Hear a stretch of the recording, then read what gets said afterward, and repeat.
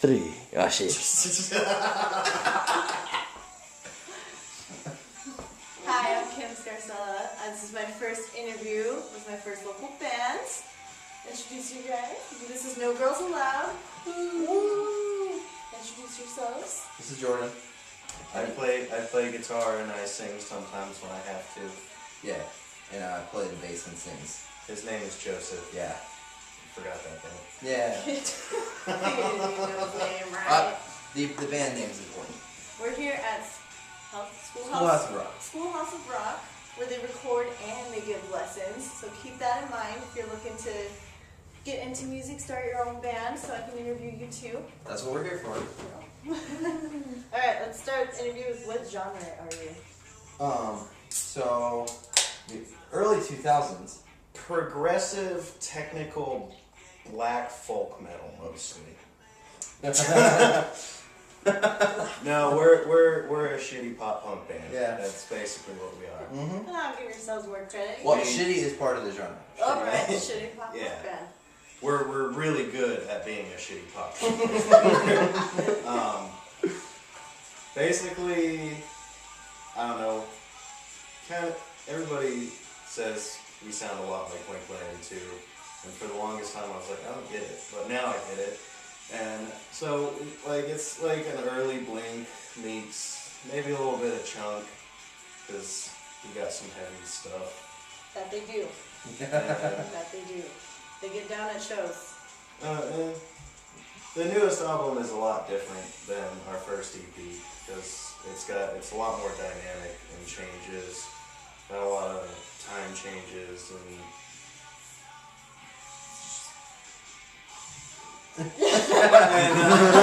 Sorry. My ADD is going really hard right AKA, check out the new album. They have some new stuff. But meanwhile, they do have an older album called Songs in the Key of F Yourself. Yes. All the songs on that EP are in the key of F. So that's where the name came from. Yeah, in case anybody was wondering. Yeah. All right. Not that anybody gives a shit, but whatever.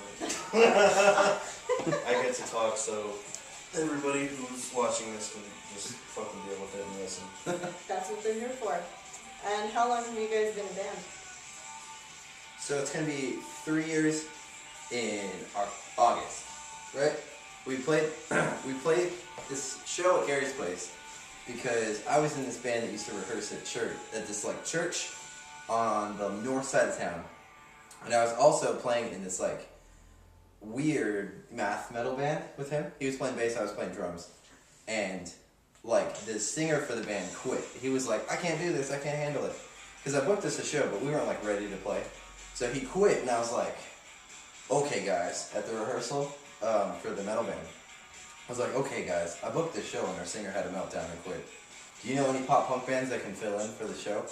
And he was like, I have a pop punk EP just laying around. And I was like, good one, like that's cool, but no, like really, I need a band for the show. And he was like, no, I'm serious. So we rehearsed like for a week, and then we played this show as a 2-piece thing, and I was playing drums, he was playing guitar. And it was awesome because we had this like 5-minute intro song. It wasn't actually 5 minutes, but like as we were setting up, I forgot. we got done setting up. Like I was at my drums and he was at the guitar, and we were like, "Oh man, 3 minutes is a long time to just sit in front of people when you're all ready to go." So we like. I had forgotten how long I made that sample, and I was like, in my mind, like I knew it was like, I think it was like 3.5 minutes, but in my mind I was like, it's only like 30 seconds, no problem. And then it started, and I was like, okay. And then like 1.5 minutes went by, and I was like, oh god. And the sound guy looked at me like, dude, what the fuck are you doing? And I was like, my bad, whatever. And it was awesome because it was like the first show that I'd ever seen Clay Dudash play. He's all over all the local stations now, and like, so we saw him play, and then who else played that show? Snot Rocket. Yeah, Cisco was in that band. I think they stopped playing, but it was a cool show. Yeah, that was a fun show. Yeah, but it's gonna be 3 years in August. Yeah. Was it meant to be? Yeah. Two and a half years, I guess, would be the the short answer to that question. That's right. Well, there you go. They've been together for 2.5 years, and you haven't checked them out yet. You need to. What inspired the name? Yoko Ono. I'm just kidding. Actually, that name came. What is that? That name came out when I was jamming with a buddy of mine, and we were just fucking around playing whatever. We wrote this fucking weird ass like Dillinger Escape Plan meets like Beneath the Massacre like tech death song, and we were just fucking around, and I was just like, this song is called Balls and Wieners, and we're no girls allowed. Like, it was just like a random whatever came into my head, and then after that name kind of stuck with me, and then as I started writing more and more for this project, I was like, no girls allowed, that's a pretty sweet name for a band, because It is. it's fun, and at the same time, it was funny because when we started playing shows regularly, we got a couple messages about people wondering if women were actually allowed at the shows. Oh God, those are the next Because like question. the flyer would, would be like, the hot chicks, and featuring or whatever other bands were playing, and then it would be no girls allowed because we were the shittiest band. And, no girls allowed, big exclamation point, and people were like, why don't they let women in? Wait, can we go to the show? But Yeah. like, why aren't girls allowed? And I thought it was cool and poetic, like, because Courtney Love ruined Nirvana and Yoko Ono ruined the Beatles. So I was like, oh, maybe that's where it came from. He's like, no, it just sounds cool. You're like, I came up with a cooler version. It's provocative. It gets the people going. Yeah, and when you're the last band on the poster, it definitely invokes that, like, wait, is that like a sexist thing, or is that the band? And there's an exclamation point in the name. I had the same thing because one of my previous bands was Free Beer. And we came up with that name just so people would show up. I mean, they were disappointed because we never had any beer because we were all in high school, but They still showed up for a good show. Alright, quick question. What was the hardest part about learning how to play your instruments? Go. Wait, what's that song called? That we know, Beijing? I think she means like when we were learning. No, I know. But yeah, The hardest part about playing your instrument is the song called Paging Dr. Faggot. that's like the most technical song I've ever written, and it's ridiculous. It's going to be on a new album, and it's awesome. But to actually answer the question, I mean, I started playing guitar about 13 years ago. So I was in high school, and everybody else wasn't even born yet. But really, I want to give learning all this stuff was the hard, but really it just kind of came naturally to me. Like, I mean, I sat down and I learned every single note on the fretboard, and I mean, for a while I just kind of played noise, but I ended up learning so many songs that by the time I started actually writing my own stuff, it was really easy. So, I mean, I guess it really wasn't hard to learn It was to play natural. my instrument. Yeah, it just... Natural feel. That's I a good just way to sat go down and about I it. held it and I was like, this feels right. I mean, there's the different techniques that you gotta learn that end up making things tougher. Like, when I learned how to sweep pick, that was like 8 hours a day over Christmas break one year. Wow. For like a month, 8 hours a day, I just sat there just doing sweeps. I didn't even play songs, I just did sweep patterns for 8 hours a day, and on like the shittiest guitar with an action like that high, so that when I played on real guitars, it was like, oh, this is so easy. But I mean, technique wise, like learning all the different techniques that I end up using that I hardly even use anymore because I play pop But yeah, I mean, learning all the techniques was hard, but at the same time, I don't know, the passion's always been there, so it's never like it was like, it was just like, I'm gonna do this. Yes. And I'm tired of talking about this question, so your turn. What was the question again? What was the hardest part about learning how to play an instrument? My instrument is drums. Like, playing other instruments is cool. And I teach, so I teach everything at the schoolhouse. Like, piano is the thing that I ignore because, like, you have to read a lot of music when I feel like you play piano. But the hardest part of playing guitar, I think, is like playing a bar chord. After you can play bar chords, I feel like you know how to play guitar. Because then you can play, like, every chord that is going to appear in songs. And it was weird because I started playing the guitar because I was like, no one's writing songs. Like, I know all these shredder guitar players, but no one's writing songs. So as soon as I learned how to do that, I think I knew how to play guitar. And I play bass for this band, so that was just playing the chords but without the rest of the notes. Bass is cool for that, but it's not an easy thing to do. I think that's enough on that subject. Oh, Yeah, pretty much. Well, moving on to the next part. How do you guys piece together your songs? Like, how do you guys sit down and really write it? He does. Yeah. The Probably brains. about like 98% of the songs I write. I mean, I just sit at home and write stuff. I mean, Does I'd like it to. come to you, or does it like? Do you? It's create weird. it Like I've had a couple songs come to me in a dream, and I Really? woke up and I was like, "Oh, I gotta write that down so that I remember what it is." Or like if I'm at work and it's just hella boring, like I'll be like, "Oh, that riff would be pretty cool if I played it like that." And that's how a lot of stuff starts out. But then I'll sit down, I tab everything out on Guitar Pro, drums, bass, everything, all the guitars, so that I have like an idea of what I want the song to sound like. And I'll just keep working until I have a full song. And then I'll bring that song to, our rehearsal or whatever, and teach him the chords so that he can play bass, and then let Sean kind of do whatever the fuck he wants to do on drums, because he's a good drummer, so he knows what to do.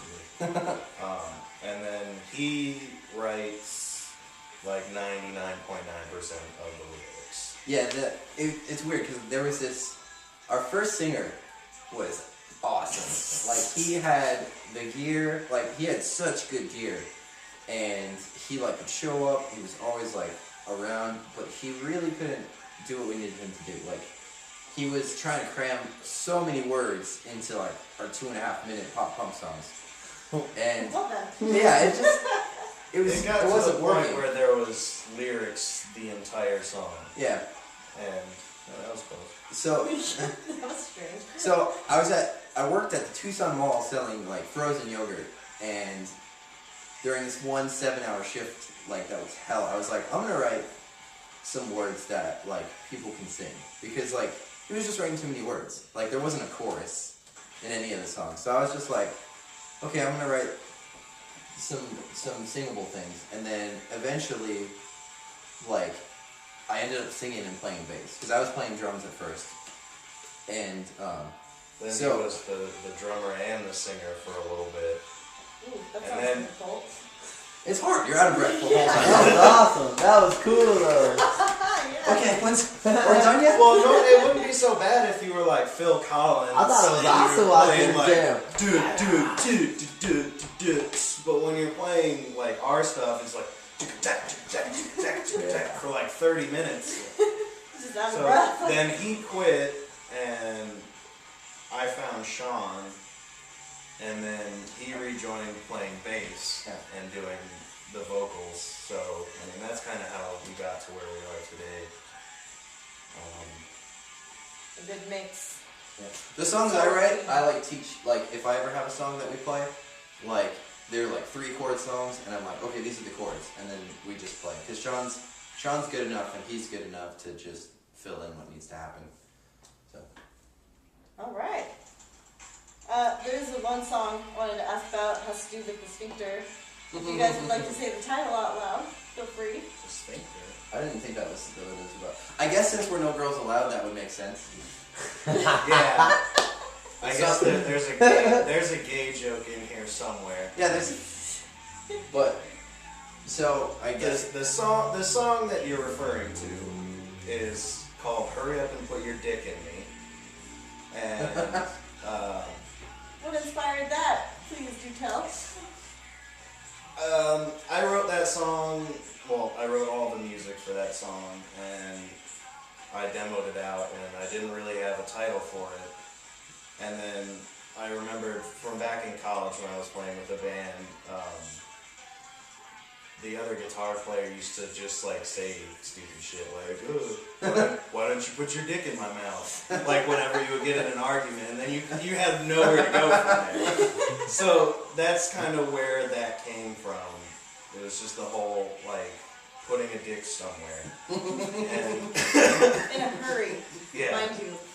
Well, yeah, I'm always trying to shave time. Because the less time I have to be having sex, the better. Like, I want to be a world record sex guy. I just, like, I'll How long has it been? shave my body hair and, like, wear the stupid goggles, like Michael Phelps, and then just get in there for, like, 10 seconds and then be done so I can go on with the rest of my day. But, yeah, that's basically where the name for that song came from, and it really surprised me because it was just kind of a joke title. Like, a lot of my stuff I have joke titles for when I write it that are just fucking awful. Like, I have the stupidest, raunchiest, most racist song titles of all time. those aren't songs to me necessarily, like, but so with the songs he brings to us, like I never really want to change what the titles are, because when I first wrote the first batch of lyrics, like every song I tried to make the lyrics tied to the title, because they already had titles. Like, what is it?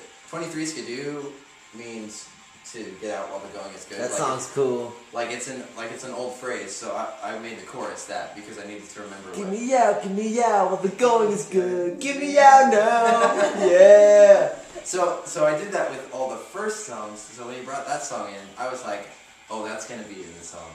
And we also have a song called Paging Dr. Faggot, which is kind of weird because of the gay overtones of our name.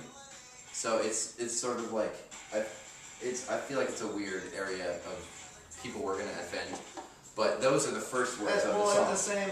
At the same time, when I write these offensive titles, I don't mean them in an offensive way. Oh yeah, absolutely. So when I'm saying the word faggot, it's not like fucking gay guys. Like it's fucking somebody who's being a faggot. Like the South Park definition. Yeah, motorcycle. Yeah, it's somebody who's being a faggot. Like it has nothing to do with their sexuality or whatever. But yeah, patient. Like the dude in the pit who's like way too big to be in the pit. But so when I wrote Just dinosaurs. yeah, exactly. And he's like jacked, and you're like, why are you here? These are 12-year-old kids at the Hot Chick show. Like, we're not trying to throw down. But so when I wrote the lyrics, I was like, okay, so hurry up and put your dick in me. Like, when would that happen in real life? So I was writing it from this perspective of like someone who wants to just get it over with because they don't really like you all that much. Like they're just like going out with you or like having sex with you, but you're like, all right, get it over with so I can like leave already. So that's where that came from. All right. See, it's funny because he explains it that way. I thought of it when he gave me the words and recorded and all that stuff. I thought of it in a completely different way. Like, I thought of it in a completely non-sexual way. Because it's like, hurry up and put your dick in me, because I'm through with you fucking me. So, like... That's what I thought the song was about, actually. Which, to me... I mean, it has a poetic twist. To me, I thought of it more like you're involved in something that you don't want to be involved in, and you just want it to be over with. I mean, I guess it could be sex, but I never, like, put the sexual undertone in it. It was more like, this sucks and I want it over with. Yeah, it's in line with that whole like pop punk I want to leave thing. All right. Next one is, what's your favorite and least part of playing in your band? Favorite and least favorite. Go. My favorite part is just being up on stage and playing shows and having I know this is cliche, but just like to have one person come up to me after the show and be like, oh my god, that was really good. Or like even if they were like, yeah, you guys were okay. Like that means a lot to me, and I know it's stupid to say that, but That's not like stupid. it really That's not dumb at all. like it really means a lot to have somebody come out and listen to some shitty songs that you wrote. But yeah, my favorite part is playing shows and just getting to fucking eat a dick on stage and just get up there and I can say whatever the fuck I want, and then we play a song and then we go home. Least favorite. Least favorite thing? Me. Yeah. I'm going hardcore on this one. My least favorite thing about being in this band is that Joseph never fucking answers text messages. Or Oh my god, I'm getting famous for this. Ever. Like, Yeah. he is the worst at getting back to you. He's the about guy you gotta things. contact right here. He won't text you back. Just Yeah, heads I up. will not text you back. I got in this habit when I first started playing with this band because of like where I was working and like some emotional shit. But I left college and stuff, so I didn't want to talk to anyone. And it's a habit I haven't got out of. But my favorite thing about this band is that people tell us we're fun, and I like that. I like being fun. Right? Because if you go to a show and it's not fun, it's like, what the fuck are you doing there? Like, because there's a lot of shows I go to, like when we're not playing them, people are like trying to be cool. You know, like they're just like, oh yeah, you know, I guess I could do that, like if I really, you know, gave a fuck. And you're just like, wow, dude, like have some fun, dance. Like if it's a dancey band, like get rowdy if it's a exciting band. But like there's a lot of bands that aren't fun, so that's my favorite part about it. It's all about having fun, I think, right? Yeah, I agree. I think so. And I can guarantee if you see these guys, they are a ton of fun. And then my least favorite part about being in this band is Everyone talking shit about how you never answer messages. I don't know. I like Rain of fire. It's a weird kind of positive thing. I like that we don't practice as much. Like I really like being in this band, so I like that we're not together more. That's all. Even it out, even out your times. Yeah. Alright, what are you guys working on right now? We are Vocals.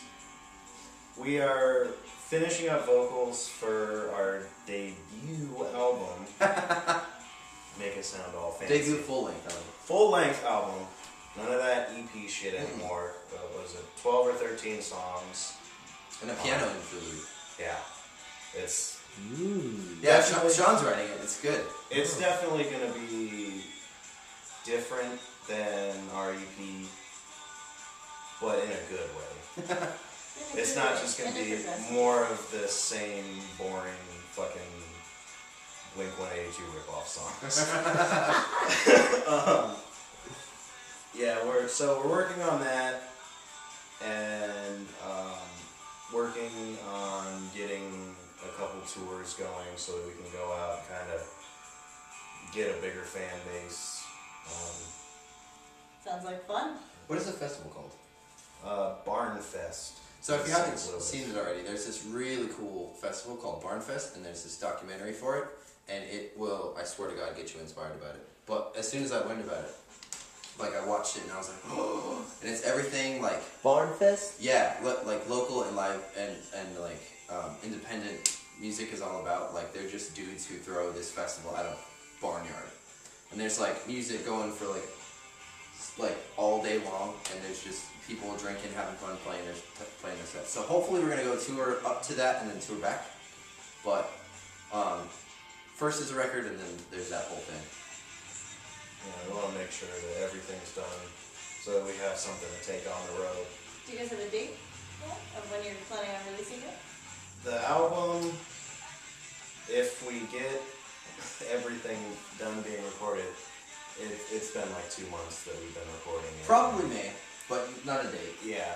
Probably May? We're Alright. going to shoot for late April, early May, hopefully. Alright, and what's a song you'd love the audience to check out? That's out right now. Oh, that's out right now? Hurry up and put your dick in me. Yeah, that, I really want there to be a show where everyone says it and we can just like not, because it's like a breakdown sort of thing, but it'd be cool to cut out and have everyone be like, hurry up and put your dick in me.